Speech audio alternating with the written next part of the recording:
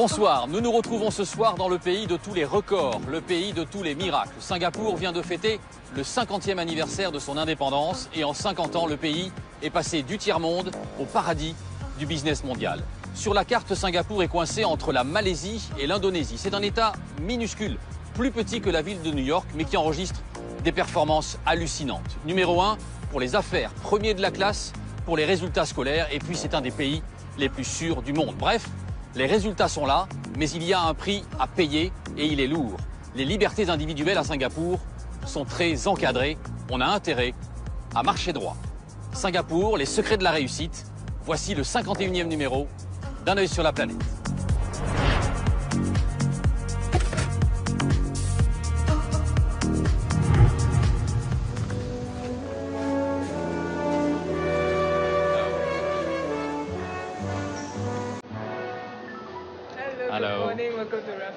Nous sommes ici dans l'hôtel emblématique, l'hôtel légendaire de Singapour, le Raffles.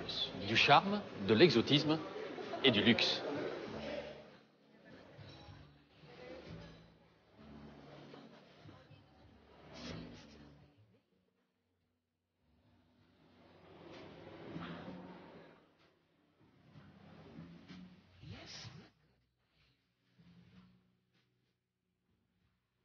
La suite présidentielle dans laquelle nous nous trouvons, elle fait 260 mètres carrés et elle coûte 15 000 € la nuit. Mais l'hôtel, il est toujours bondé. En fait, à Singapour, l'argent, ce n'est pas un problème.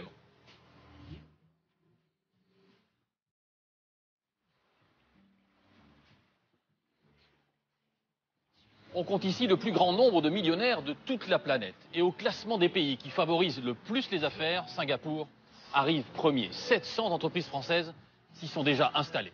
C'est le premier de nos reportages. Il est signé Jenny Brifa et Vincent Reynaud.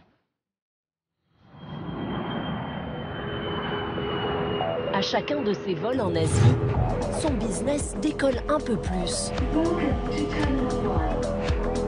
Téléphone vissé à l'oreille en permanence, Damien Duhamel revient de Bangkok. Ce Français fait du conseil à Singapour depuis 15 ans. Il aide les multinationales à s'étendre en Asie. Is the CEO there or? Le téléphone c'est bien, mais aller voir les gens sur place, les comprendre, écouter leurs problèmes, c'est ce qui fait aussi un petit peu notre force à nous. Cet homme pressé passe donc sa vie dans les airs. À chaque retour ici, il ne perd pas une minute, car au centre de contrôle de l'aéroport, on veille au grain.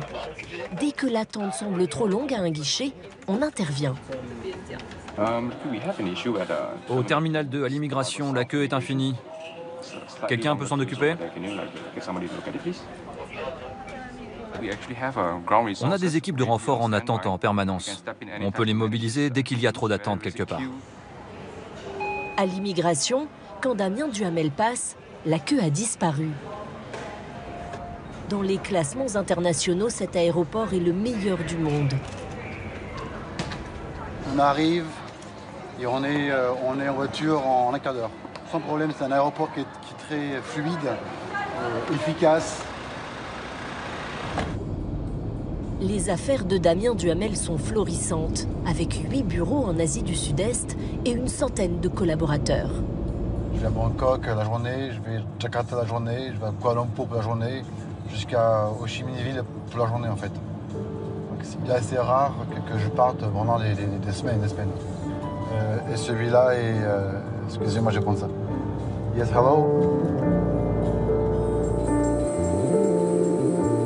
La localisation de Singapour est une des clés de sa réussite. C'est la porte d'entrée vers le plus grand marché du monde, l'Asie, une région flamboyante en pleine croissance. Ce positionnement a fait la force du port de Singapour, le deuxième du monde derrière Shanghai. Au petit matin, les bateaux attendent par centaines d'y débarquer leurs marchandises. Mais cette localisation n'explique pas à elle seule le succès de Singapour. Alors que l'activité bat son plein sur le port, nous retrouvons Damien Duhamel, notre businessman, chez lui, dans une maison cossue. Déjà en plein travail, il épluche la presse financière.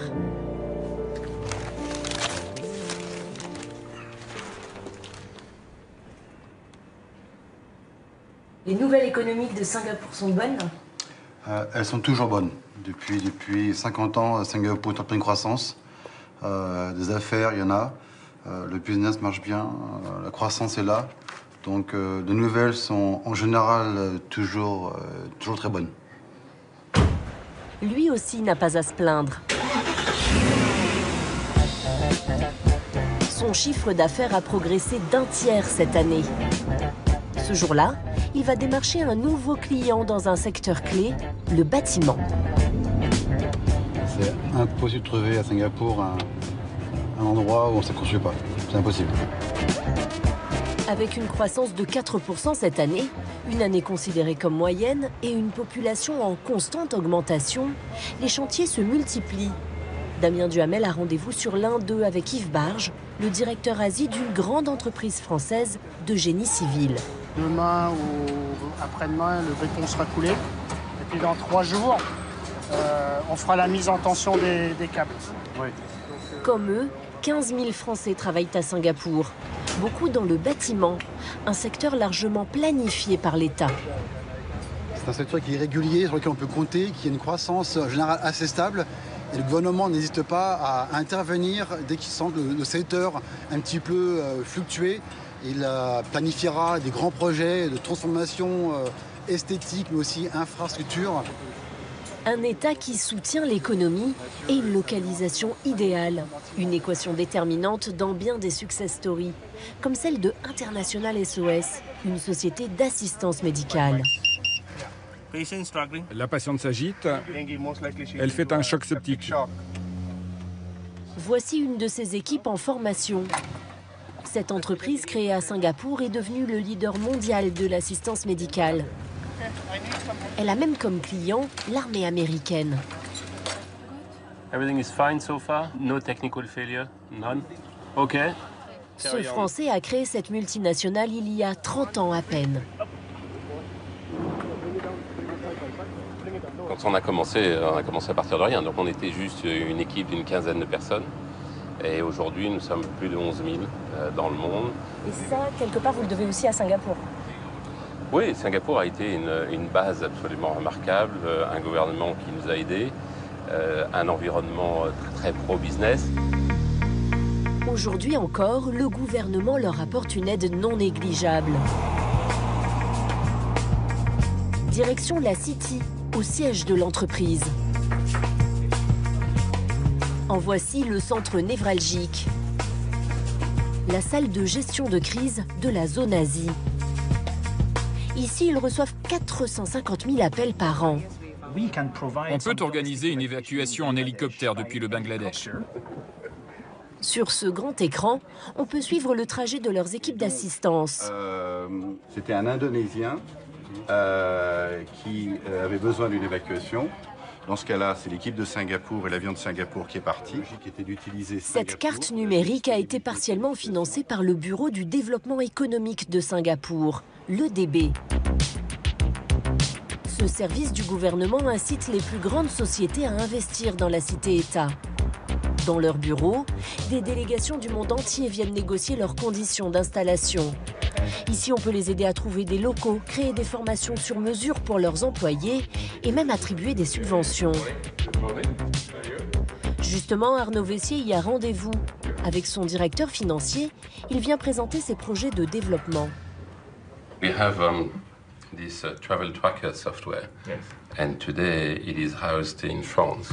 And we certainly are considering having hosting in Asia as well. And Singapore could be, for exactly what you've said, the right place to select. Okay, we'd be happy to work with you, perhaps to build up the analytics capabilities. Pas question d'entrer dans les détails devant nous, mais l'EDB peut soutenir financièrement ce type de projet, tant que Singapour y a un intérêt. Les résultats sont là, puisqu'aujourd'hui, le pays est quand même 25% plus riche que la France par habitant, alors qu'ils sont partis d'un niveau où ils étaient 1/10 de la France. Et Singapour est bien décidé à continuer son ascension dans les années à venir. Je pense qu'il faut être prêt pour le futur. Penser constamment à l'avenir de l'économie de Singapour. C'est crucial. En 1965, quand on a créé Singapour, notre plus gros problème était le chômage. On avait 14,5% de sans-emploi. On a alors créé des industries qui nécessitaient beaucoup de main-d'œuvre. Aujourd'hui, 50 ans plus tard, le chômage est à moins de 2%. Finalement, notre seul avantage a été d'être constamment désavantagé. On est un petit pays avec un marché intérieur minuscule. Et c'est pour ça que l'on doit continuer à se demander comment rester attractif pour les industries et les sociétés. Cette vision des choses va, je l'espère, continuer à nous porter pour les 50 prochaines années, et plus encore.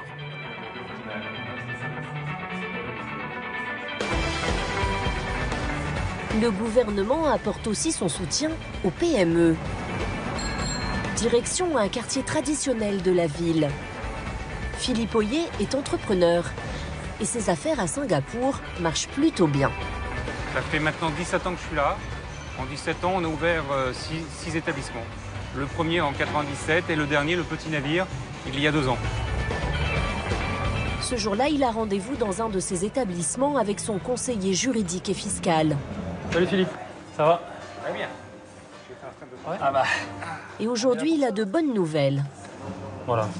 Donc là, on a reçu le soutien à l'investissement là, pour toute la partie service marketing, le site marketing et tout ça.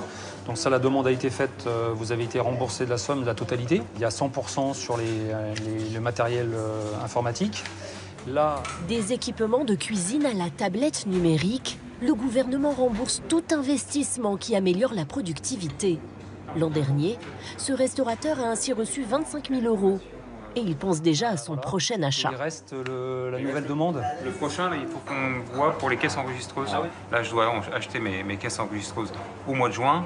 Je sais qu'au mois de juillet, ça sera remboursé. Et l'argent sera sur mon compte fin juillet.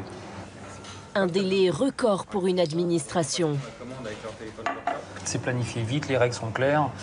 Donc c'est vraiment dans le mouvement, quoi. C'est dans le mouvement du business. Ils ne sont pas là pour freiner, au contraire, ils sont là pour soutenir. Et ça, je trouve que c'est très précieux ici. En fait. Une administration qui comprend les besoins de l'entreprise. Rien de surprenant ici. L'État lui-même est géré comme une société privée. Ses fonctionnaires sont obsédés par la performance. Ils sont formés dans ce collège. À quoi reconnaît-on une équipe au top de la performance? L'efficacité, une obsession. Car Singapour compte 2 fonctionnaires pour 100 habitants. C'est 4 fois moins qu'en France. Ce jour-là, cours de gestion de projet. Ce sont toutes les tâches que nous devons réaliser pour notre projet. On essaye de les mettre en ordre. Que doit-on faire en premier, en second? L'idée, c'est de trouver le moyen le plus rapide de réaliser le projet. Ne pas perdre de temps, être efficace, ça c'est important. Oh oui. Oh oui. On a un temps limité et un budget limité pour chaque tâche, donc c'est important de rester dans les clous. Ne restez pas scotché à votre plan initial comme un amoureux transi. Il y a toujours moyen de trouver mieux, de s'améliorer dans le service public. Le but de ce cours, c'est l'anticipation des besoins des administrés et même à très long terme.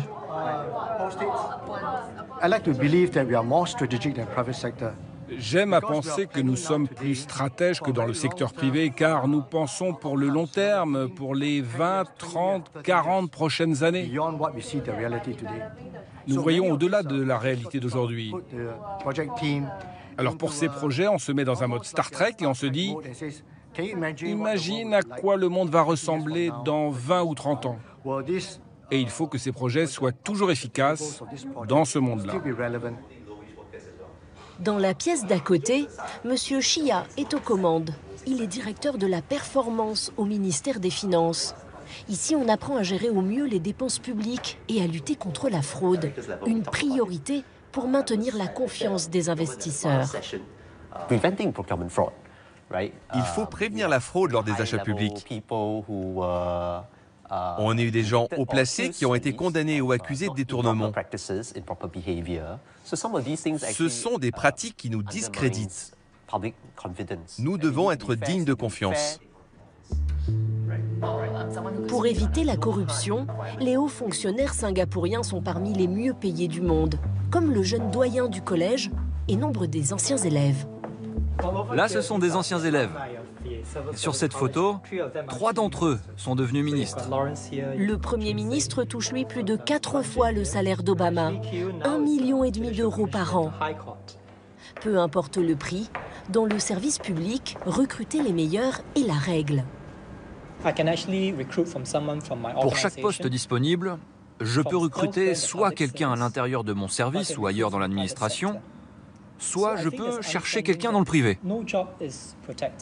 Donc tout le monde sait bien qu'aucun emploi n'est protégé. À tout moment, il faut trouver la bonne personne pour le boulot. Ensuite, dans le service public, on évalue les gens chaque année sur leurs résultats. Avec leurs supérieurs, on note leur travail, mais on n'a aucune information sur leurs origines. Les universités dans lesquelles ils ont étudié, s'ils étaient boursiers. On regarde simplement leurs performances. Notre attention constante sur les résultats et les performances soutient notre fonctionnement. On a construit un système basé sur le mérite. Avec ses bons résultats et son pragmatisme, la cité-État fascine. Chaque semaine, le collège de la fonction publique reçoit des délégations étrangères. Dès le premier jour, ici, tout a été fait pour encourager le business. Ce jour-là, des émissaires russes de la République du Tatarstan essaient de percer les secrets du succès de Singapour.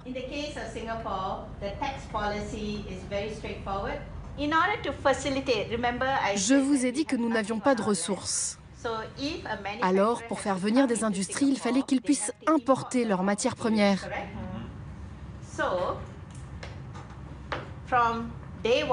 On a donc décidé qu'il n'y aurait pas de taxes sur les importations. Singapour nous prouve que certains points faibles peuvent devenir des avantages compétitifs. Ils sont si petits, sans aucune ressource naturelle. Ils ne pouvaient rien faire. Mais cela les a aidés. C'est une approche intéressante du changement. Ils ont mis à la base de leur politique la créativité et l'innovation. L'innovation, c'est justement la priorité du gouvernement. Car la croissance de demain reposera sur l'économie du savoir. En voici le symbole. Biopolis, un technopole scientifique créé de toutes pièces il y a 10 ans, avec des moyens colossaux. Aujourd'hui, il compte 50 laboratoires. C'est le nouvel Eldorado scientifique mondial. Exemple avec l'Institut d'imagerie biomédicale de Singapour. Ici, on crée les scanners et les IRM du futur. Ce laboratoire est dirigé par un Marseillais, le professeur Codzon. Good afternoon, everyone. Cet institut, avec ses chercheurs venus du monde entier, est en plein développement. Ce jour-là, ils préparent même un agrandissement de leurs locaux. Et l'an prochain, ils devraient aussi embaucher un prix Nobel. Et pour cela, Singapour a quelques arguments. Il y a un culte du talent et de l'excellence ici, et donc il n'y a pas de grille de salaire. En fonction des compétences, de l'ancienneté, de l'apport des différents chercheurs, bien, il y a une compensation qui est appropriée. Donc c'est vrai que cela nous rend attractifs. Ici, l'argent n'est pas un problème. Le budget de la recherche a augmenté de 9% cette année à Singapour. En France, la hausse est de 0,2%. Ça, c'est un pancréas en 3 dimensions. Mais en plus, le professeur Codzon peut compter sur une autre source de financement. La moitié de son budget provient de contrats avec l'industrie. Voici justement un prototype d'imagerie optique prometteur développé avec une société privée. Là, on peut mettre une goutte de sang ou d'urine. On le met là pour analyse et on obtient ce spectre qui nous indique des maladies. On peut détecter certains cancers, par exemple. Cette technologie, peut-être que dans 10 ans, on l'aura dans nos hôpitaux. Je pense avant 10 ans. Le rapport à l'industrie est totalement décomplexé. En moins de 10 ans, l'Institut a vendu 17 brevets au secteur privé. Lorsqu'il exploite commercialement la découverte, eh bien, il reverse des redevances à l'Institut. Du coup, vous êtes un laboratoire rentable? Nous sommes un laboratoire rentable. Cet institut gagne donc de l'argent, comme n'importe quelle entreprise. Dans ce contexte si favorable au business, pas étonnant que le nombre d'ultra-riches ait explosé. Une personne sur 10 est millionnaire. C'est l'une des plus fortes densités au monde. Alors le luxe s'affiche sans complexe. Dans son 4x4 de luxe, nous retrouvons notre businessman français, Damien Duhamel. Ici, il ne paie aucune taxe sur les plus-values et les charges patronales sont 3 fois moins fortes qu'en France. Singapour est l'épicentre même du capitalisme. Donc la protection sociale à Singapour est minime. Le coût du travail est très simple, très limité. Un paradis pour les capitalistes, mais pas forcément pour les travailleurs. Ici, il n'y a pas de salaire minimum, des horaires à rallonge, souvent plus de 50 heures par semaine, notamment sur les chantiers où les étrangers triment de jour comme de nuit. Il y a 2 ans, des ouvriers indiens se sont révoltés. Des émeutes ont éclaté après la mort d'un des leurs, renversé accidentellement par un bus. Ces images ont choqué les Singapouriens et nourri le ressentiment contre les étrangers, déjà accusés de faire monter les prix et d'envahir le pays. Aujourd'hui, un habitant sur 3 est étranger. Face au mécontentement des électeurs, le gouvernement a durci sa politique d'immigration. Retour dans l'un des établissements de Philippe Oyer, le restaurateur. Il fait un point sur les recrutements en cours.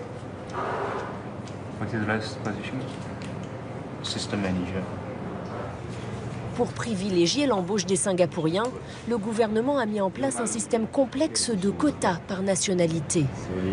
Si j'ai 10 employés, mais alors là, de toute nationalité, ça me donne le droit à un Chinois de Chine. C'est vraiment, c'est étonnant, mais c'est des quotas comme ça. Pour avoir un serveur philippin, il me faut X Singapouriens dans mon staff. Et ça me donne le droit à un permis de travail pour un Philippin. Messieurs, bonsoir. Problème, dans un pays avec seulement 2% de chômage, il a parfois du mal à trouver des Singapouriens. Des fois, ça nous pousse un peu à créer des postes. Mais alors, quel type de poste, du coup? Je sais pas, on ne l'a pas fait, mais à un moment donné, on pensait créer un poste de Madame Pipi pour avoir une Singapourienne et avoir du quota derrière pour avoir des gens qui aient, eux, du travail plus utile. L'an dernier, à Singapour, la croissance a faibli. Ces nouvelles contraintes sur les entreprises expliquent en partie ce ralentissement. Après 50 ans d'un développement accéléré, la cité-État est sans doute entrée dans une nouvelle ère. Elle ne peut plus s'exonérer de l'avis de son opinion publique, et ce n'est pas un mal. Mais planifier le futur sera sans doute désormais plus compliqué.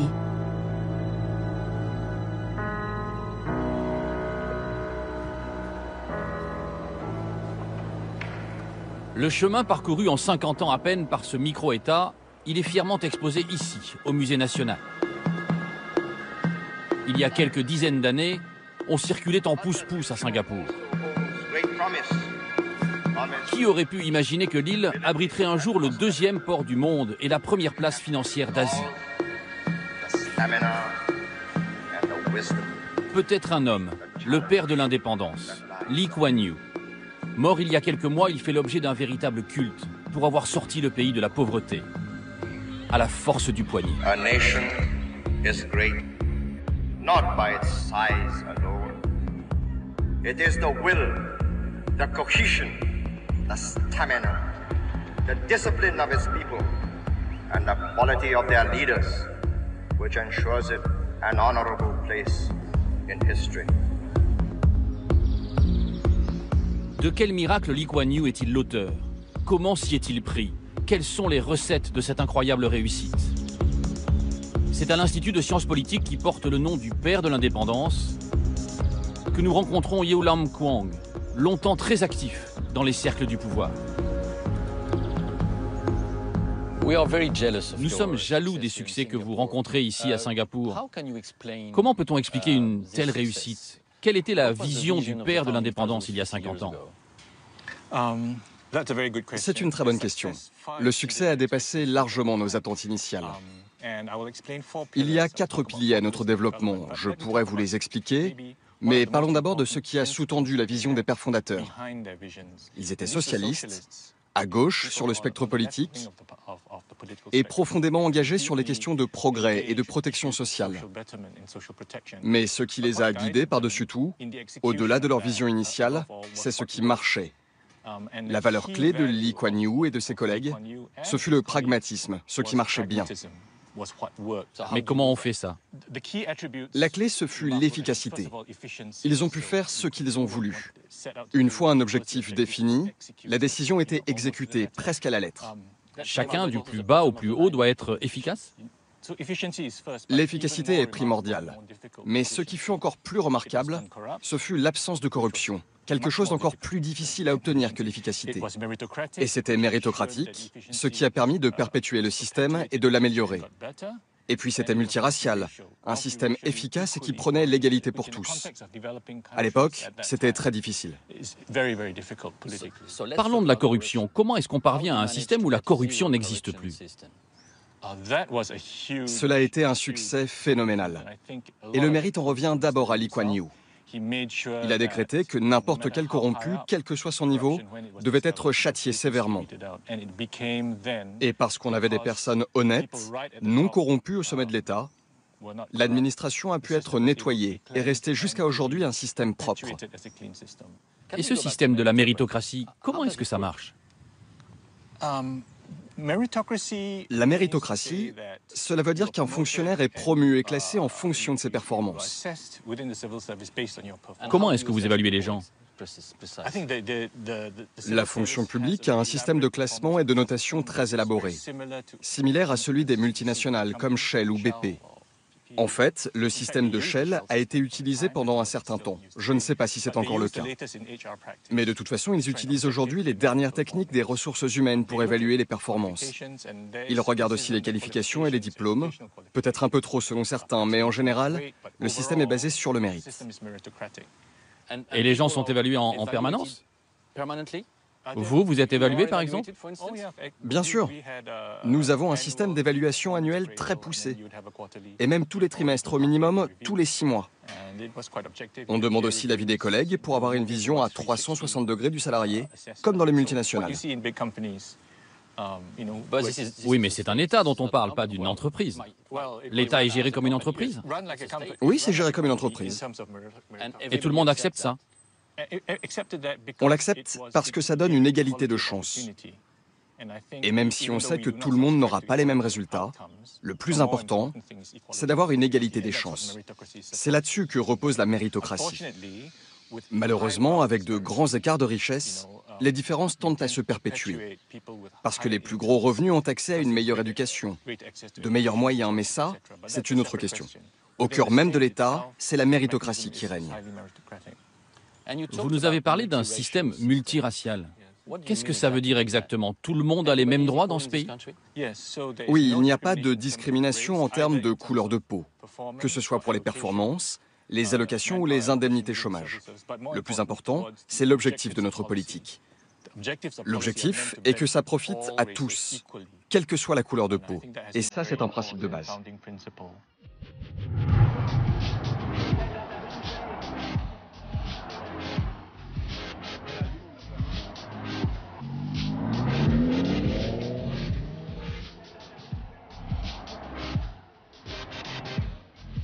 Ce pragmatisme et cette efficacité qui ont guidé les choix de Lee Kuan Yew, on les retrouve dans tous les domaines. Prenez le manque d'espace par exemple. Singapour est l'un des pays les plus denses de la planète et sa population, elle continue à augmenter. Pour résoudre le problème, tout en préservant une certaine qualité de vie, il a fallu trouver des solutions radicales et très originales.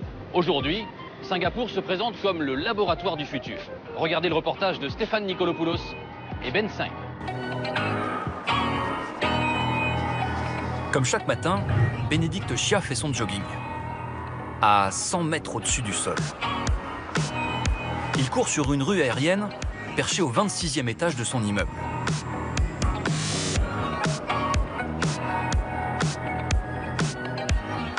Bienvenue au Pinnacle at Duxton, le plus grand ensemble d'habitations publiques du monde.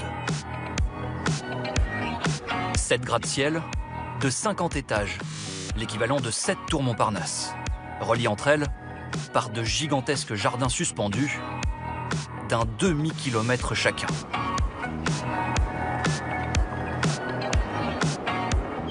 À Singapour, il faut faire vivre un maximum de gens sur un minimum d'espace. Bonjour, comment ça va? La solution, c'est la vie à la verticale. C'est certainement la meilleure solution. L'espace étant toujours limité, lorsque ces immeubles sont bien conçus, c'est très agréable. La famille Chia, comme 80% des Singapouriens, est propriétaire de son logement. Elle l'a acheté à un bon prix. Le Pinnacle at Duxton, l'immeuble du futur, est un programme immobilier public, géré par l'État. On habite ici depuis 5 ans. Et on s'y plaît vraiment. Ici, tout est centralisé. On a un accès facile aux différents services et à toutes les écoles.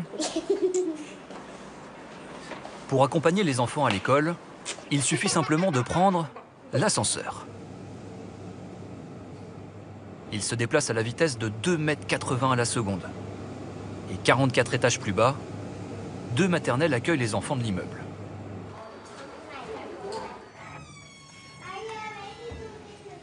Bonjour Aoi, bienvenue en classe. Les enfants, vous dites bonjour à Aoi? Et toujours sans quitter son immeuble, Pei Shan peut consulter au rez-de-chaussée le docteur de son choix dans un centre médical. Elle peut trouver un coiffeur, faire ses courses et finir par un repas au restaurant. C'est très pratique, surtout lorsqu'il pleut. On n'a pas à sortir de l'immeuble. Et ce n'est pas fini. 26e étage, les activités sportives. Elle peut suivre un cours de judo ou s'offrir une séance de danse des plus en vogue.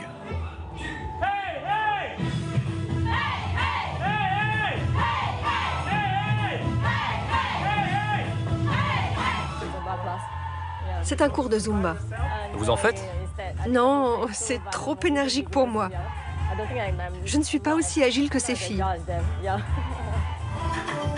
7000 personnes vivent dans le complexe du Pinnacle.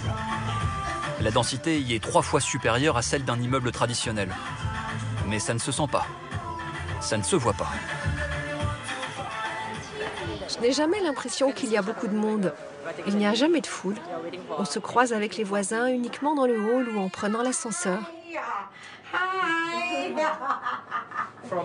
Du 1er jusqu'au 47e étage, on a tout le temps qu'il faut pour discuter.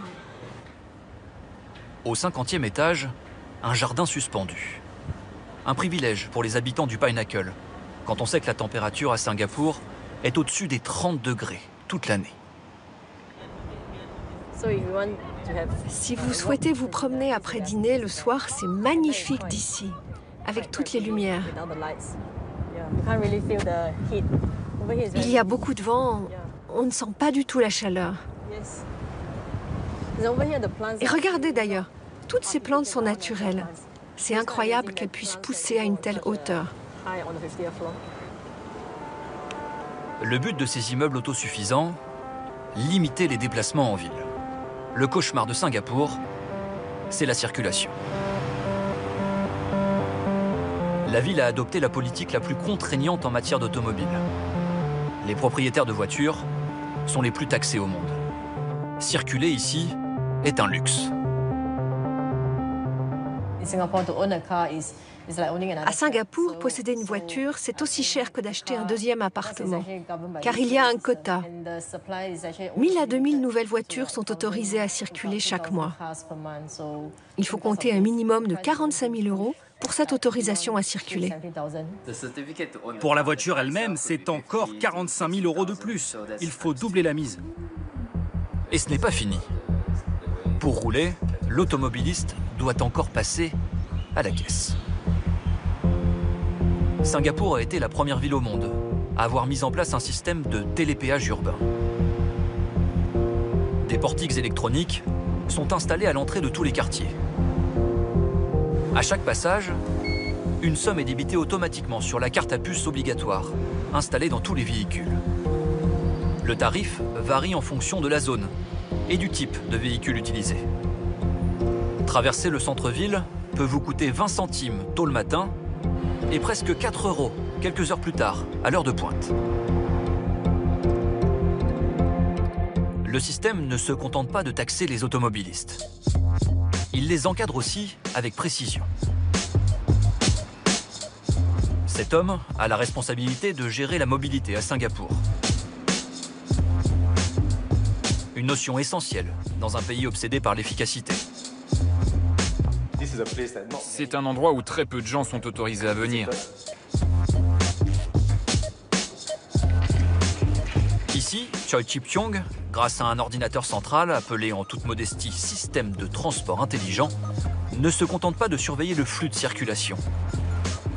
Il le prévoit et l'anticipe en temps réel. Le système de transport intelligent nous alerte dès qu'il y a un problème. Par exemple, si un véhicule tombe en panne, il nous transmet les informations. On clique et on a sur la carte la localisation précise du véhicule. Mais à la différence de tous les centres de contrôle routier au monde, celui de Singapour s'appuie sur les données fournies par des millions de capteurs disposés sur toutes les routes. L'ordinateur est aussi capable de comprendre et d'analyser les images des caméras de surveillance. Dès qu'un paramètre sort de la normale, c'est l'ordinateur qui suggère la solution. Il est essentiel pour nous de détecter les incidents et d'y répondre rapidement. On s'impose un temps de résolution de 8 minutes dans les tunnels et de 15 minutes sur les autoroutes. Malgré tous ces efforts, le trafic routier génère encore des bouchons. Alors pour s'en sortir, Singapour imagine un futur où les conducteurs seront remplacés par des engins robotisés. La plus prestigieuse école d'ingénieurs du monde, le MIT américain, s'est associée avec l'Université de Singapour pour tester une voiture intelligente sans chauffeur. Celle-ci est conçue pour les personnes âgées. En 2030, à Singapour, 1 habitant sur 5 sera un senior. Vous indiquez ici l'endroit où vous allez embarquer. Attendez, je mets mes lunettes. Vous voyez, on est ici. Avec ce système, c'est la voiture qui vient vous chercher. Le volant a été remplacé par un écran tactile, sur lequel il suffit de taper son point de destination et se laisser guider.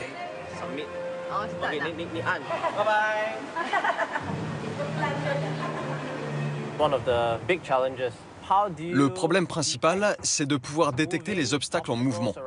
Il faut anticiper la trajectoire des piétons ou des véhicules. Notre véhicule ne doit s'arrêter que pour ceux qui vont lui barrer la route.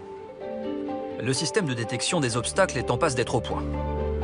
Il est pour le moment parfois un peu brutal. L'objectif est de mettre en service ces voitures intelligentes d'ici 3 ans. Un quartier de Singapour est déjà ouvert aux expérimentations grandeur réelle. Avec ces robots roulants, la vie des automobilistes singapouriens ne sera plus jamais la même. Ils vont pouvoir continuer à travailler dans leur véhicule. Si vous n'avez plus à conduire votre voiture, c'est un gain de productivité. Pour un conducteur qui passe 3 heures à conduire, ce sont des heures improductives. Imaginez alors 2-3 heures qui vous reviennent chaque jour. Vous pouvez en faire des choses. L'optimisation dans tous les secteurs fait partie de l'ADN de Singapour.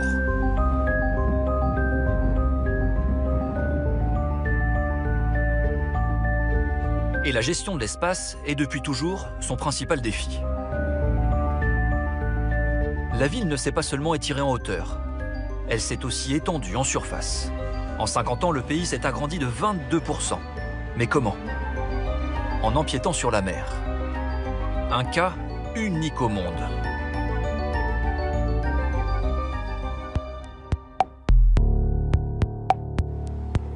Liu Thai-Ker a été l'un des cerveaux de cette mutation de Singapour. Ici, c'est Beach Road. C'était autrefois la plage de Singapour. Et tout le reste a été pris sur la mer. Cette partie a été gagnée sur la mer, voilà un certain temps. Et tout ce qu'il y a autour aussi.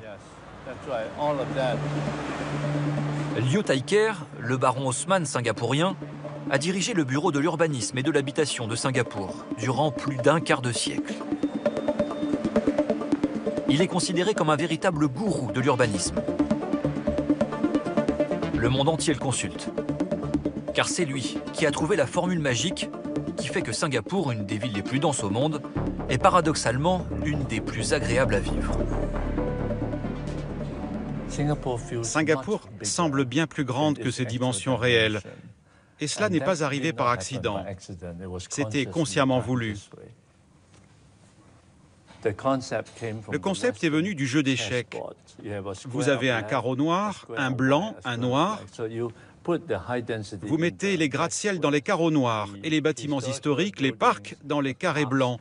Et alors, lorsque vous regardez, vous ne voyez pas partout de grands édifices.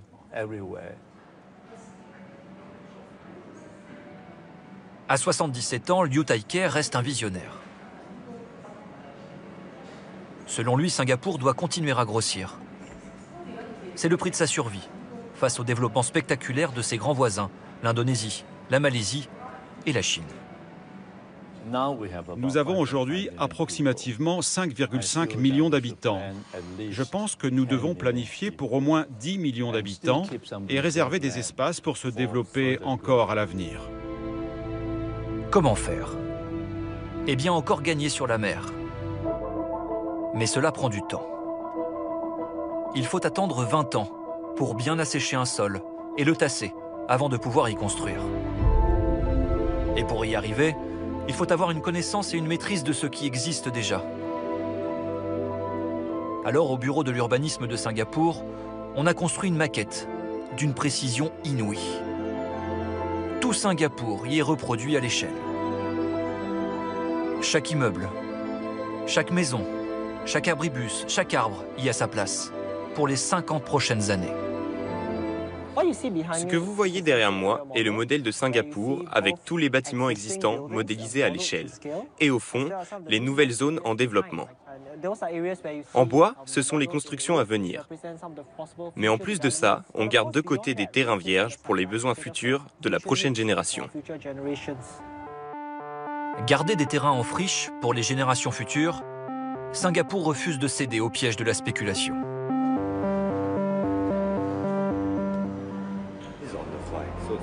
Pour concevoir la cité du futur, les urbanistes ont aussi à leur disposition une maquette virtuelle de la ville, en 3D.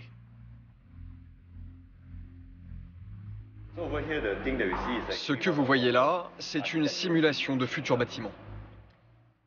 Comme dans un jeu vidéo, ils peuvent tester en temps réel chaque nouveau projet architectural.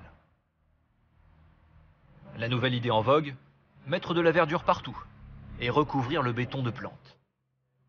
Singapour ambitionne de devenir une véritable cité-jardin, avec une idée derrière la tête. Résoudre à terme la question de l'approvisionnement alimentaire. C'est l'autre futur défi de Singapour.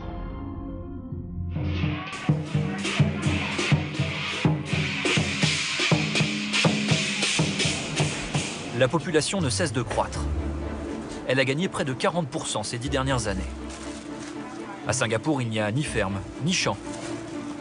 Et le mot « campagne » renvoie à un exotisme lointain. 90% des denrées alimentaires sont importées, sans garantie sur leur origine et leur qualité. Mais dans la cité-État, il y a toujours une solution.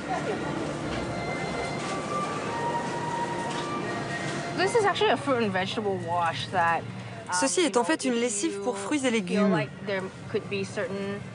Si vous avez l'impression qu'il y a certains pesticides ou des produits chimiques sur vos légumes, alors vous pouvez les laver. Parfois, pour les légumes étrangers, on ne sait pas trop quels sont les produits chimiques qui ont été utilisés pour les faire pousser. La solution, c'est donc le Made in Singapour. Derrière ce slogan, cet entrepreneur. Il s'est inspiré de la vie à la verticale pour développer l'agriculture à la verticale. Il y a 3 ans, il crée la première ferme verticale commerciale du monde. Et depuis, il empile ses cultures maraîchères.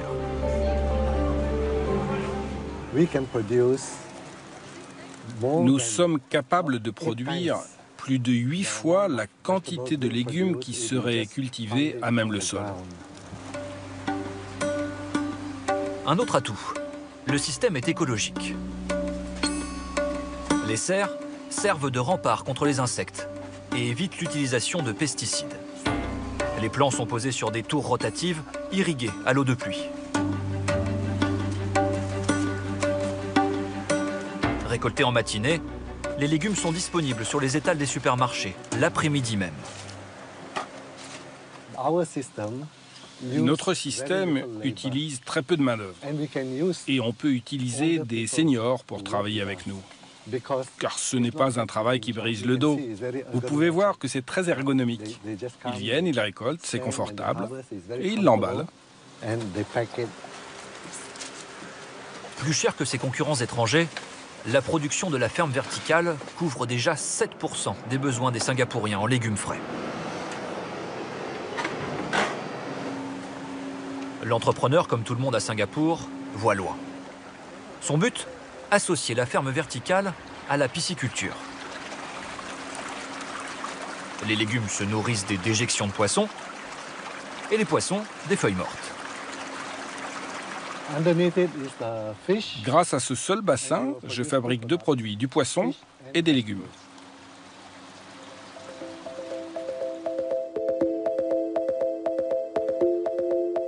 Après avoir gagné de l'espace en hauteur, empiété sur la mer, Singapour part à la conquête de son sous-sol.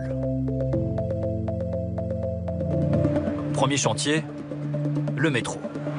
À Singapour, on ne discute pas de la construction d'1 ou 2 stations supplémentaires. Dans 15 ans, le réseau aura simplement doublé. 24 heures sur 24, une armée de travailleurs immigrés creuse 182 nouveaux kilomètres de tunnels. Mais le plus intéressant, c'est ce que Singapour va installer sous le métro. Direction les entrailles de la Terre. Cet ascenseur nous conduit à près de 200 mètres sous le niveau de la mer.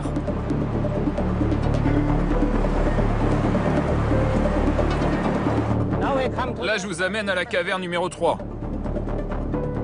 Depuis 2001, l'ingénieur Ming Lu travaille sur ce chantier titanesque et secret. L'idée ? Enfouir dans des cavernes géantes tout ce qui encombre inutilement la surface. On va l'utiliser pour le stockage des hydrocarbures, principalement du pétrole lourd. Ces cathédrales souterraines, dont la construction a coûté plus d'1 milliard d'euros, peuvent chacune abriter Notre-Dame de Paris tout entière. Nous avons déjà étudié la possibilité d'utiliser tout cet espace pour beaucoup d'autres usages. Nous pouvons créer des centrales électriques souterraines, des usines de traitement des eaux souterraines, des incinérateurs souterrains, des réservoirs d'eau. En fait, nous avons la possibilité d'enterrer près de 11 activités industrielles différentes. Et pourquoi s'arrêter là ? Dans sa course à l'excellence, une université a le projet très sérieux d'installer son nouveau campus et ses 5000 étudiants à 50 mètres sous terre. Tous les plans sont déjà prêts. La beauté, c'est qu'on amène de la lumière naturelle sous terre, et en particulier au travers de ce système de colonne centrale qui agit comme une rue principale. Nous devons mettre au point des technologies qui permettent d'aller sous terre rapidement, de façon sécuritaire, économique et propre. C'est dans ce sens que va la recherche. Singapour veut aller encore plus loin. Et si carrément, faute de place, l'homme vivait sous terre. À l'université, des études très sérieuses sur le fonctionnement du cerveau sans lumière naturelle sont menées par des équipes pluridisciplinaires. On veut étudier si le fait d'être sous terre affecte vos performances, vos fonctions cognitives, l'habileté. Par exemple, si cela affecte les prises de décision. Devenez-vous plus prompt à prendre des risques? Devenez-vous plus ou moins agressif? Une des expériences utilise un système automatique d'analyse du regard. Son but, détecter si notre perception des émotions se trouve modifiée par le fait d'être sous terre. Et comment nous réagirions à l'absence prolongée de lumière.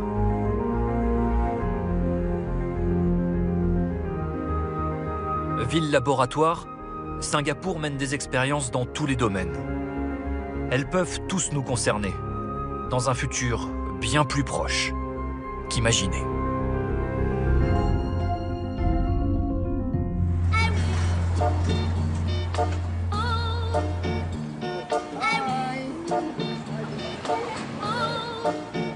Le futur de Singapour, il se prépare tous les jours ici, dans les écoles. L'éducation, c'est le premier budget de l'État, comme en France. Mais pas avec les mêmes résultats. Dans les classements internationaux, Singapour rafle la première place en lecture, là où nous sommes 21e, et en mathématiques, quand nous sommes 25e. Il faut dire qu'ici, on ne recule devant aucun sacrifice. Nous voici dans un centre de cours particulier pour enfants. Nous sommes dimanche après-midi et certaines familles profitent de leur week-end pour venir dans des structures comme celle-ci avec leurs enfants. Les enfants ont entre 6 mois et 6 ans au programme stimulation et enrichissement du cerveau.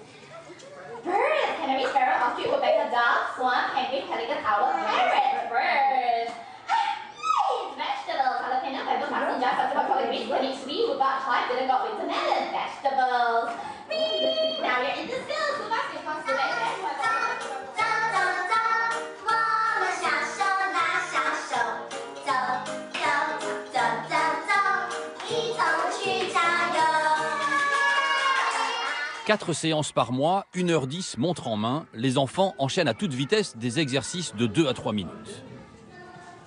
Hi. Je peux vous demander pourquoi c'est si important pour vous de venir ici avec votre enfant?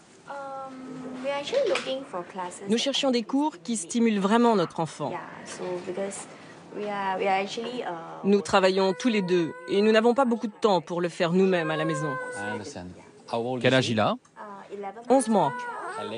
11 mois. Et vous pensez qu'il faut vraiment commencer dès le plus jeune âge? Oui, en fait, on sait qu'il est mieux de commencer le plus tôt possible, car le cerveau fonctionne comme une éponge. Il absorbe beaucoup plus quand on est jeune. Et vous faites ça pour préparer son avenir? Oui. Absolument. Nous sommes soucieux de son avenir. Alors nous voulons commencer vraiment jeune. Vous savez, Singapour est une société dans laquelle il y a beaucoup de compétition, alors nous voulons le préparer au mieux. Oui, il a l'air vraiment stimulé. Oui, en effet. Alors pourquoi l'éducation est-elle aussi importante pour toutes ces familles de Singapour? Eh bien, pour essayer de comprendre, on va poser la question à Aisha Khanna. Elle dirige ici un centre de cours particulier. Hi. Hello, lovely to meet you. Welcome to the Keys. Thank you. Nous avons vu cet après-midi des bébés de 7 mois à peine. Et ils vont déjà à l'école. C'est normal, ça? Cela fait partie de la culture asiatique. Les étudiants prennent beaucoup de cours particuliers durant la semaine. C'est parce qu'ils ont peur de l'avenir? La peur de l'avenir est une chose répandue dans le monde entier. Et cela vient certainement du fait que nous voyons nos industries se transformer. Avec l'arrivée de nouvelles technologies et l'émergence d'une nouvelle main-d'œuvre au Bangladesh, au Pakistan, au Brésil. Ce seront des concurrents redoutables pour nos enfants. Alors cette peur n'a rien à voir avec le système éducatif. Mais elle pousse les parents à vouloir donner à leurs enfants plus de chances d'être compétitifs quand ils seront grands. Dans une école, il y a un enseignant, il y a des programmes et il y a des enfants. Lequel des trois explique le succès incroyable du système éducatif de Singapour? Il n'y a pas un seul élément, mais je dirais d'abord les professeurs et les enfants. La vraie raison, c'est surtout les enfants, car le succès éducatif à Singapour est autant un phénomène culturel qu'un phénomène institutionnel. Par tradition, les familles singapouriennes, comme le gouvernement, donnent beaucoup d'importance à la méritocratie, à la progression dans les classements, à l'ascension sociale, au fait de sortir du rang par d'excellents résultats aux examens nationaux. Parlons des profs. Comment est-ce que vous choisissez les enseignants dans ce pays? Vous les sélectionnez? Je dois avouer que je ne sais pas comment le ministère de l'Éducation les sélectionne si bien, mais je sais que les professeurs à Singapour sont parmi les enseignants les mieux payés au monde. Ils reçoivent régulièrement des primes et des augmentations de salaire pour les inciter à rester dans le système public. Est-ce qu'un professeur est mieux payé qu'un ingénieur, par exemple? Non, tout de même pas. Mais si vous pensez aux raisons qui font qu'un enseignant a envie de faire ce métier, les enseignants ici sont payés suffisamment pour satisfaire leur passion et aussi pour avoir une bonne qualité de vie. Encore récemment, je crois que le gouvernement de Singapour a augmenté les salaires au ministère de l'Éducation de quelques pourcents. Ils augmentent en permanence les salaires qu'ils donnent aux enseignants pour être sûrs que les meilleurs resteront dans la fonction publique. Et en ce qui concerne les programmes, comment est-ce que vous les mettez au point? On m'a expliqué que des fonctionnaires voyageaient dans le monde entier pour étudier les meilleurs projets et pour les ramener à Singapour. Absolument. Ils utilisent des cours venus d'autres parties du monde, en mettant l'accent sur la science et la technologie. Maintenant, nous avons compris que les étudiants, pour s'adapter au XXIe siècle, doivent apprendre l'innovation de l'industrie elle-même, par les entreprises. Il est préférable d'avoir une collaboration étroite entre l'industrie et le système éducatif, plutôt que ce dernier reste dans sa tour d'ivoire. L'an dernier, par exemple, j'ai été invitée à participer à une mission d'études. Et nous sommes allés en Allemagne et en Suisse pour découvrir leur système d'apprentissage. Nous avons discuté avec les acteurs du système pour qu'ils nous expliquent leurs échecs et leurs succès. Cet enseignement très utile, nous l'avons rapporté à Singapour. Du coup, avec l'industrie, un nouveau programme a été mis en route. Cela s'appelle les talents du futur. Donc l'objectif, c'est soyons efficaces, soyons pragmatiques pour trouver la meilleure éducation pour les enfants. Absolument. Je crois que la clé, c'est l'adaptabilité. L'une des raisons du succès de Singapour, c'est qu'on n'est pas attaché viscéralement à tel ou tel système. On tente d'anticiper le scénario du futur pour l'industrie, comme l'automatisation ou la mondialisation, et on imagine le meilleur système éducatif pour ces tendances.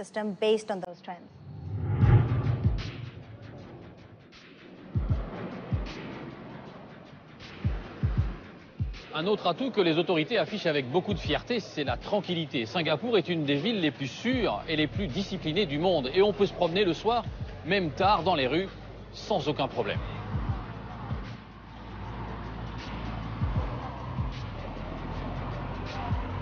C'est vrai dans les quartiers touristiques autour des grands hôtels, mais c'est aussi vrai dans les endroits plus chauds, comme Geylang, le quartier de la prostitution.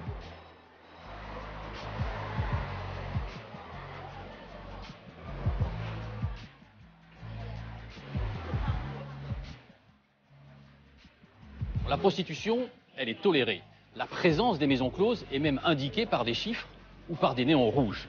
Mais les propriétaires de ces maisons ont l'obligation tous les mois de fournir aux autorités la preuve que tous leurs employés ont subi un test de dépistage du virus du sida. Et pas question de plaisanter avec la loi ici. L'État vous protège, mais en même temps, il vous surveille. Reportage de Negar Zoka et Olivier Raffet. C'est la ville des interdits et des panneaux qui se multiplient. Singapour se vend comme une des villes les plus sûres au monde. Une fierté revendiquée jusque dans les boutiques de souvenirs. Pour les étrangers qui représentent plus de 40% de la population, la sécurité est un des attraits du pays. Ces deux professeurs du lycée français de Singapour se sont installés ici il y a 3 ans et leurs habitudes ont bien changé par rapport à la France. Donc là, je n'attache pas mon vélo, mais je le retrouve toujours sans problème. Bon, on n'est pas très loin non plus. Et en journée, on ne l'attache pas, on le laisse comme ça, juste posé. Il m'est arrivé une fois de laisser le portefeuille sur une table d'un café et je l'ai retrouvé 2 heures après, avec tout à l'intérieur. Cash et carte bleue. Allez, viens, on y va. Une incroyable sensation de sûreté qu'ils ont mis du temps à s'expliquer. En apparence, Singapour n'a rien d'un État policier. On voit très peu de policiers en uniforme. Alors après, il y a la rumeur dit que, enfin, en tout cas ce qu'on a lu et ce qu'on entend autour de nous, c'est qu'il y a beaucoup de policiers en civil. Ça, je ne sais pas, mais en tout cas, il y a des caméras partout. Les Singapouriens ont tous des téléphones portables et dès qu'il se passe quelque chose, il y a toujours quelqu'un qui est en train de filmer. Donc il y a un effet aussi délation, un effet chacun se surveille. Ils sont un petit peu parano parfois. À Singapour, les caméras sont de plus en plus nombreuses, un peu partout. Passages publics, métro et même habitations. Fin 2016, l'ensemble des résidences construites par l'État où vit 80% de la population sera équipée. Toute personne qui rentre ou sort de l'immeuble est filmée par les caméras de police. Et si un crime a lieu dans un bâtiment, les officiers de police peuvent alors venir et récupérer la vidéo et chercher des indices pour retrouver les suspects. Et nous pouvons aussi contrôler la caméra à distance. Ces caméras enregistrent ainsi tous les délits. Du vol de chaussures de sport dans un couloir d'immeuble aux actes de vandalisme. Les photos des suspects sont alors immédiatement affichées sur les réseaux sociaux avec appel public à témoins. Plus de 40% des arrestations sont ainsi faites grâce à l'aide des citoyens.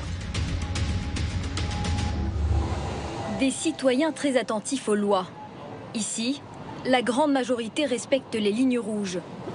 Et pour cause, on doit payer par exemple 1000 $ singapouriens, soit 700 €, pour ne pas avoir suivi une interdiction de fumer ou pour avoir craché un chewing-gum.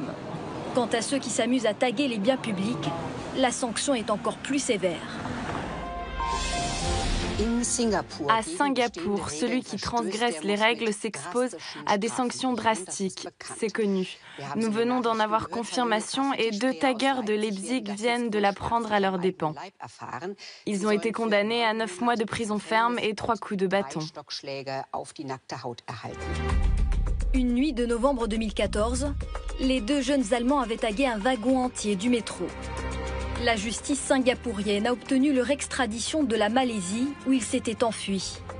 À leur procès, malgré leurs excuses publiques, ils n'ont pas échappé à la sentence.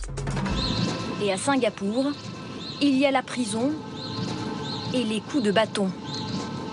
Regardez ce clip de la police singapourienne censé dissuader les délinquants. Il est édifiant.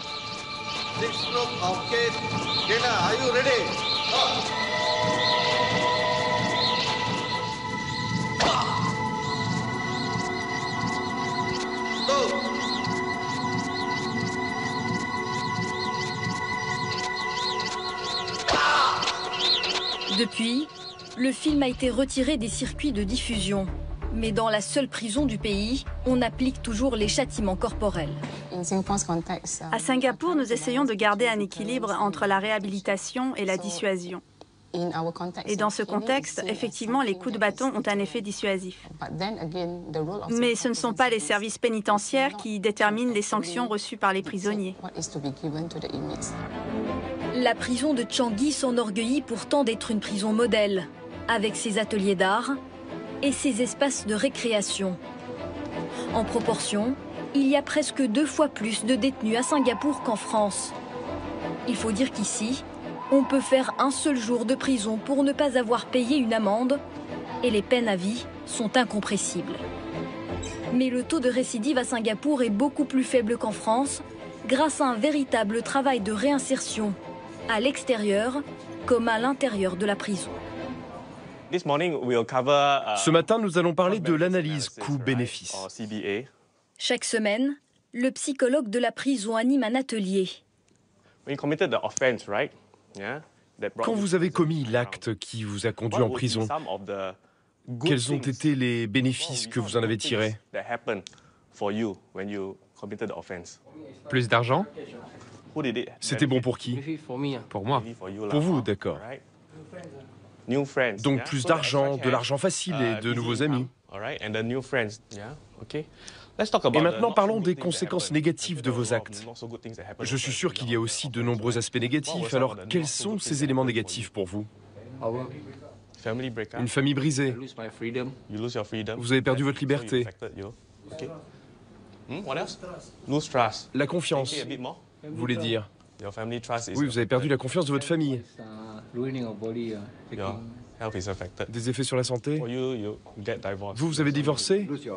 J'ai perdu ce que j'aime. Tout acte qui vous amène ici, j'en suis sûr, entraîne des effets négatifs. Vous les avez vécus. À l'avenir, quand vous devrez prendre des décisions, choisir entre rester en sécurité ou faire quelque chose de risqué, il faudra vous rappeler toutes ces choses qui vous aideront à prendre la bonne décision. Vous comprenez ce que je veux dire, les gars? Essayer de remettre dans le circuit des citoyens modèles, c'est bien. Mais c'est encore mieux de les éduquer dès le plus jeune âge dans les écoles de la République, où l'hymne national est chanté tous les matins.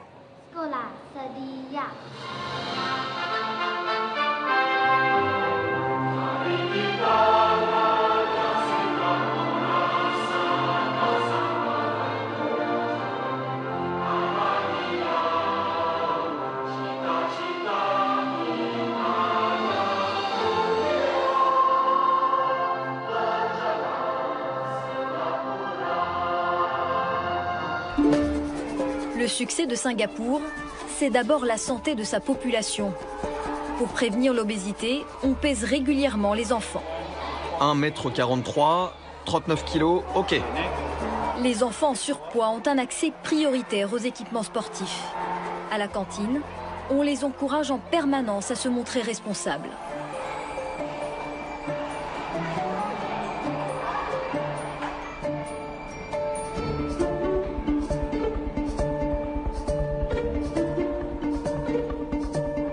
La réussite de Singapour passe aussi par l'union de tous les citoyens. Le pays à majorité chinoise possède de fortes communautés malaises et indiennes. Et en cours d'éducation civique, on apprend à vivre avec ses voisins.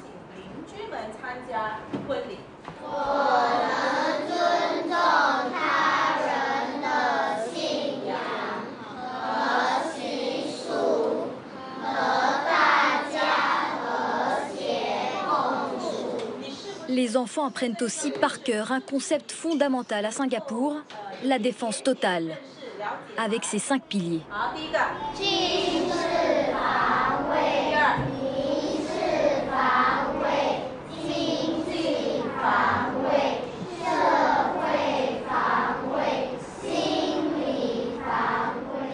La défense totale est en fait un concept national, selon lequel chaque citoyen joue un rôle dans la défense de Singapour. À Singapour, il y a même un parc d'attractions dédié aux valeurs nationales.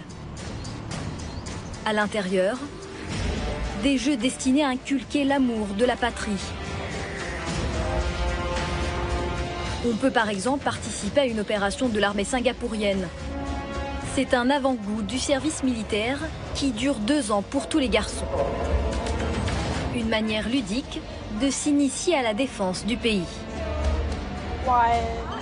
Et bien sûr, la guide ne manque pas de recentrer les visiteurs sur la notion de défense totale. Vous allez par exemple me citer une menace internationale et l'effet que cela aurait sur Singapour. Nous avons le terrorisme, les épidémies et la récession mondiale. Et nous avons ici des questions de réflexion. Vous devez vous demander, si la récession frappait Singapour, qu'est-ce qui se passerait? Et vous, qu'est-ce que vous feriez?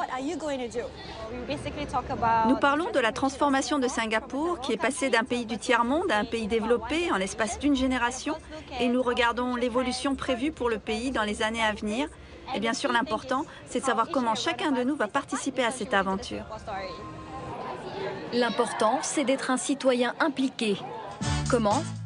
Suggestion sur la page Facebook de la police, empêcher les vols dans les magasins. Stop! Shop theft is a crime. You don't want to serve time. Step behind and think for a while. Someone's watching from behind. We can stop it, you and I. You and I. It's not worth it. Shop theft is a crime. Encore mieux, le citoyen modèle peut patrouiller avec la police de son quartier. Quand nous aurons fini, nous ferons un débriefing. Sunitan est chef d'entreprise. Malgré un emploi du temps chargé, il consacre un soir par semaine à organiser des rondes avec la police. Quand vous voyez une personne suspecte, s'il vous plaît, relevez son identité. Avec une vingtaine d'autres résidents, il fait le tour des différents immeubles pour rappeler la loi, faire la morale et s'assurer de la tranquillité de tous. Notre rôle ici, c'est d'être les yeux et les oreilles de la police. Ils ne peuvent quand même pas être partout. Le vélo, le vélo! Vous ne pouvez pas faire de vélo ici, vous n'êtes pas autorisé. Vous voyez sur ce papier, et vous le dites à vos amis, ici vous n'avez le droit que de pousser votre vélo. Il y a $100 d'amende, c'est écrit ici. Sur le trottoir, vous n'avez pas le droit de rouler à vélo. La prochaine fois, vous aurez une amende. Et vous n'avez même pas de feu? Toute personne oisive devient suspecte, surtout s'il s'agit d'un étranger. Vous avez votre permis de séjour? Essayez de faire attention. Il fait sombre, il n'y a pas grand monde, vous êtes ici. Ce n'est pas très sûr, d'accord? Donc dès que vous avez fini, là, vous pouvez juste rentrer. Ce sera plus sûr. Ok? Vous êtes bangladeshi ou indien? Du Bangladesh? Nous, on dit Bayala. Faites attention, hein, d'accord? Ce sont des travailleurs étrangers. Ils ne vivent pas ici, ils dorment dans le dortoir là-bas. Ils viennent traîner souvent et quand nous les voyons, nous leur conseillons de retourner vite dans leur dortoir.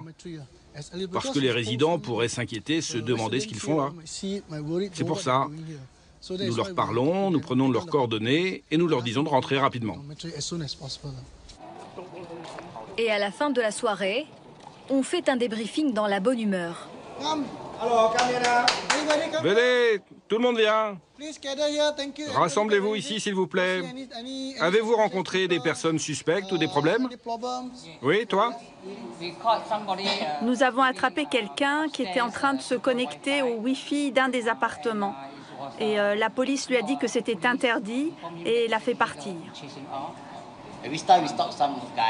Nous avons arrêté des Bangladeshis. Ils étaient assis là. On leur a dit de partir et d'arrêter de faire du bruit. Pour Sunny, l'engagement des citoyens remonte à la création même de Singapour. Au moment de notre indépendance, notre ancien Premier ministre, M. Lee Kuan Yew, quand il a pris son poste, a demandé à tous les habitants de veiller les uns sur les autres pour que les communautés de notre pays soient en sécurité. Être un bon citoyen à Singapour, c'est enfin accepter que l'État mette son nez chez vous, au nom de la santé publique. Régulièrement, des agents viennent visiter tous les foyers. Bonjour, Agence nationale de l'environnement. Bonjour, je m'appelle Wei Ji et je viens pour l'inspection de routine pour les moustiques, pour vérifier que votre maison n'est pas infestée. J'aurai besoin de contrôler les toilettes, le salon, la cuisine, le couloir. Commençons par la cuisine. Ong Wei Ji doit vérifier qu'il n'y a pas d'eau stagnante qui pourrait favoriser les moustiques dans cet appartement. Les moustiques qui transmettent une maladie infectieuse, la dengue. Si des cas de dengue sont déclarés dans un quartier et que l'on retrouve des larves dans un appartement, le propriétaire risque une amende.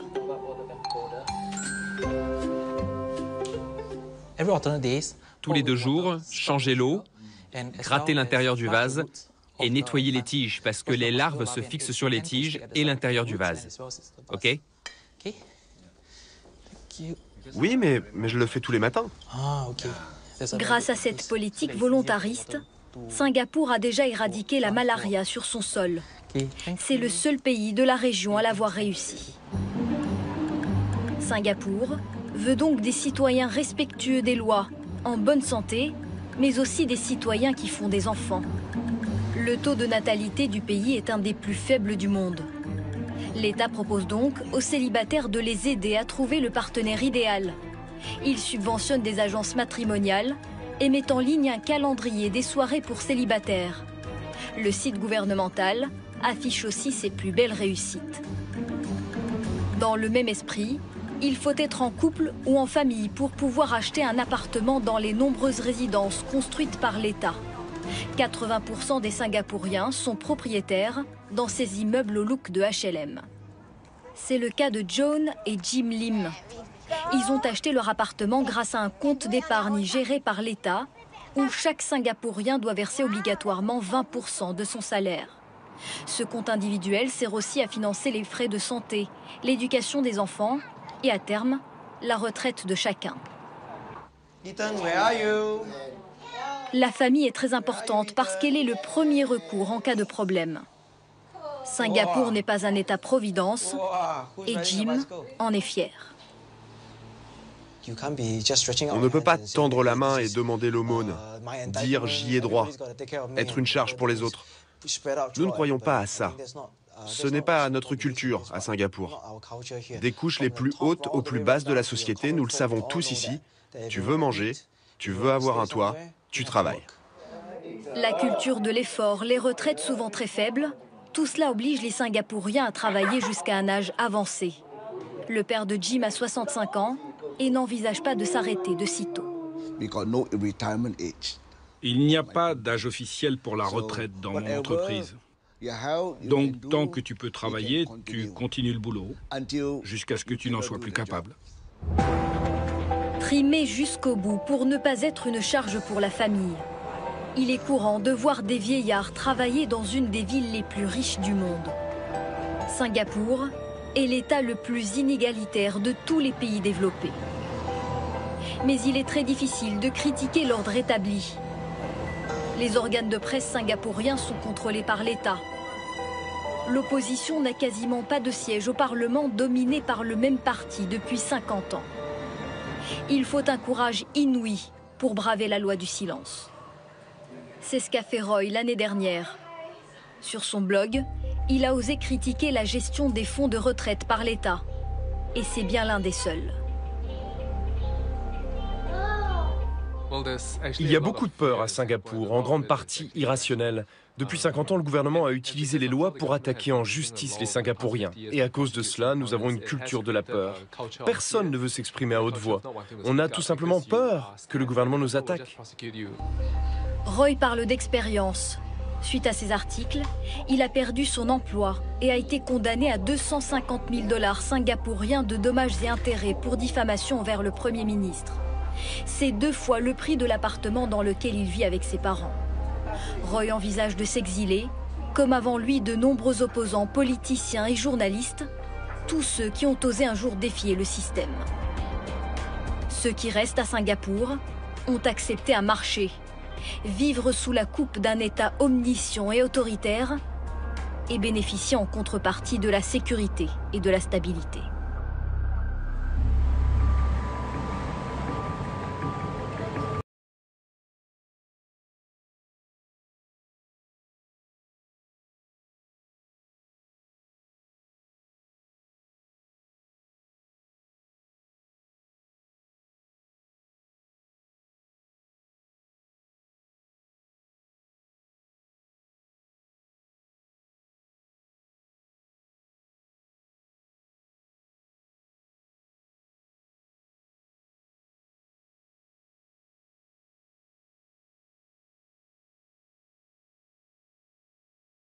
Le Parti de l'Action du Peuple a remporté les élections très largement, 70% des voix, alors qu'ils sont au pouvoir depuis 50 ans. Comment vous l'expliquez? Est-ce que c'est parce qu'ils sont très bons et que vous, l'opposition, vous êtes mauvais? Je pense qu'il y a 3 raisons. La première, c'est l'année du jubilé. Nous avons célébré les 50 ans de notre indépendance pendant 3 jours de fête et de célébration. Il y a aussi le facteur Lee Kuan Yew. Parce qu'il est décédé cette année au mois de mars. Oui, je pense que les gens ont eu un élan de sympathie pour lui. Et comme son fils est le Premier ministre, beaucoup d'électeurs indécis ont ressenti de l'émotion au décès de Lee Kuan Yew. et ils ont voté pour son parti. Enfin, il y a les nouveaux citoyens. Il y en a eu environ 230 000 qui ont voté à cette élection. Et je pense que la majorité d'entre eux a voté PAP, le parti au pouvoir. Mais les gens sont libres de voter dans ce pays. Ils peuvent voter pour qui ils veulent et c'est une victoire à 70%. Je crois que c'est la peur qui motive le vote des gens. Ils veulent toujours garder le PAP au gouvernement et ne veulent pas laisser trop de place à l'opposition. Pourquoi ils ne veulent pas une opposition trop forte? Parce que ça les gêne.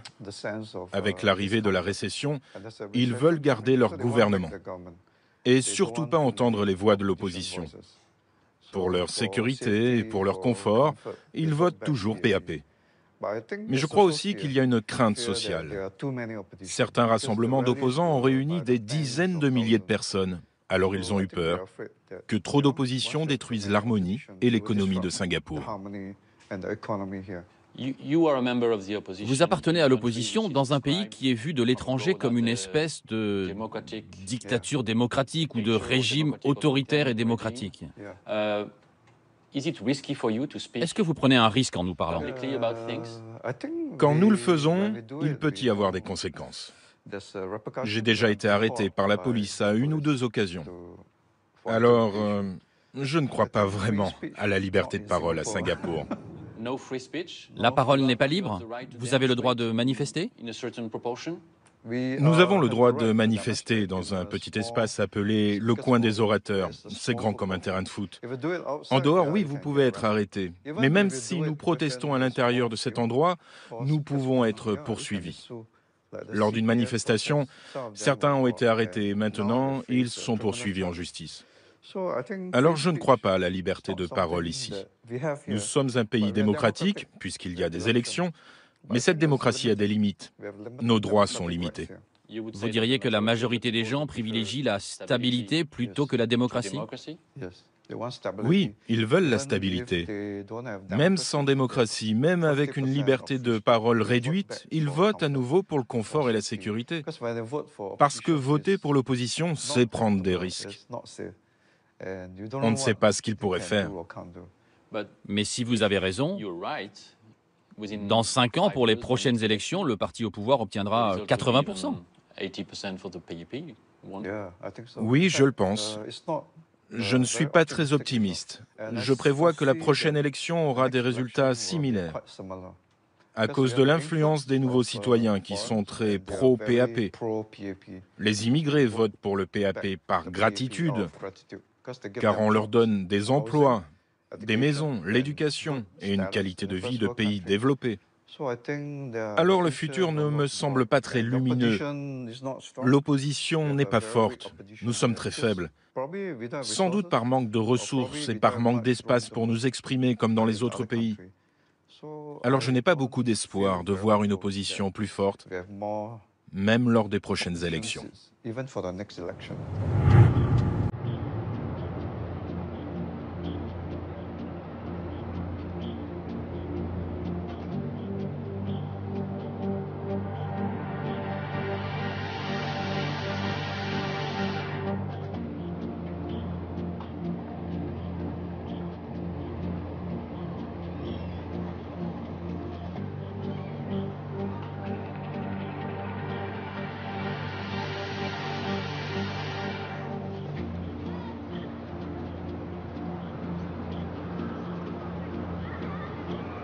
Voilà, c'est sur ce paradoxe de Singapour que nous concluons notre émission de ce soir. Un pays aux inégalités fortes, aux libertés surveillées, mais qui fait saliver 90% des habitants de la planète. Singapour, c'est une réussite incontestable. De là à parler d'un modèle, il y a sans doute un pas. Un immense merci à Patrick Boité qui a préparé cette émission avec Isabelle Ledizez, à Anthony Forestier qui l'a réalisé avec Brice Bobby et Loïc Plat. Nous nous retrouverons dans quelques semaines. D'ici là, gardez un œil sur la planète. Bonsoir.